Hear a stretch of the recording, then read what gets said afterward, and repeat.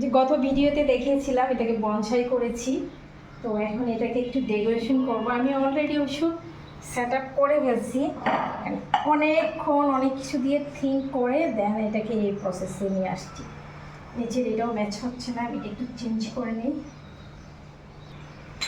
এটার সাথে colour combination যাবে, তো এই জন্য ভাবলাম এইটা দিয়ে দিলে হয়তো ভালো লাগবে।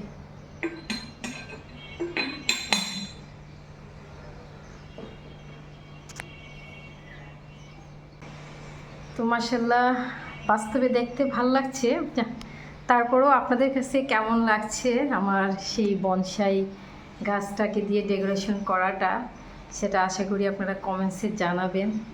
সবাই ভালো থাকবেন এবং আমি একটু ক্লোজলি আপনাদেরকে এটা শেয়ার করছি।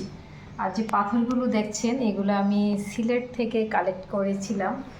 মাশাআল্লাহ এই পাথরগুলো আমার থাকাতে আমার যে কোনো কিছু ডেকোরেশন করতে খুব ইজি হয়, তা না হয় দেখা যায় একটু ঝামেলাই পড়ে যেতাম। তো সবাই ভালো থাকবেন, আজকের মতো এখান থেকে বিদায় নিই। আল্লাহ হাফেজ।